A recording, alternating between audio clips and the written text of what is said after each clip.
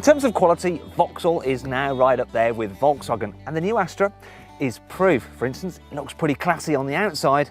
However, it's the interior that impresses the most. I reckon this is the most stylish cabin in this class. Everything's got a nice high quality feel, even these little shiny switches here, and everything's nice and solid. But this is the surefire test of quality. Look at that, the glove box is damped even better than that in a VW Golf. The Astra also has some handy features. For instance, if you've got a big bottle, you can't fit it into the cup holders there, there's room for it in the side door bin.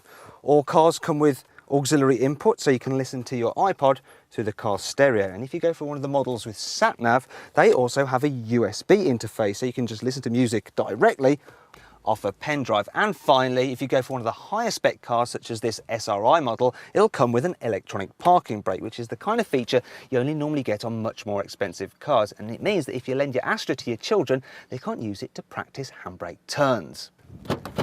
You can get the Astra with a flexible boot floor, and you can set it to a raised position so that it's easy to load and unload heavy objects because you don't have to hoik them over the boot lip. And then if you need more space, you can either lower it to a mid position or fold it down completely flush to the boot floor. And the beauty of that is you don't actually have to remove it from the car. On the move, the Astra is very refined and quiet, which makes it ideal for slogging up and down the motorway.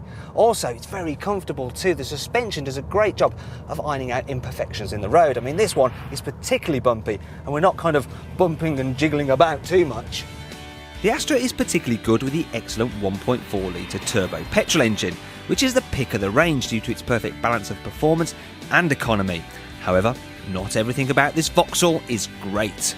Now it's time to talk about the negatives. While the Astra handles well and has loads of reassuring grip, it's not actually that much fun to drive, and the main reason for that is because the steering feels a little bit numb. I mean, really, if you want driver thrills, you're going to be much better off with a Ford Focus. But that's not the only niggle. I'm also going to have a moan about what appears to be an outbreak of buttons here on the centre console, because it's all rather confusing and fiddly.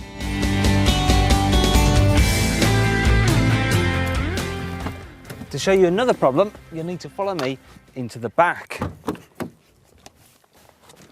Now, don't get me wrong, the Astra is by no means cramped here in the rear. However, the small window and sloping roof does make it feel a little bit more claustrophobic than a Golf. And that brings me on to the Astra's main problem, and that's the fact that it's more expensive than the VW and will depreciate faster too.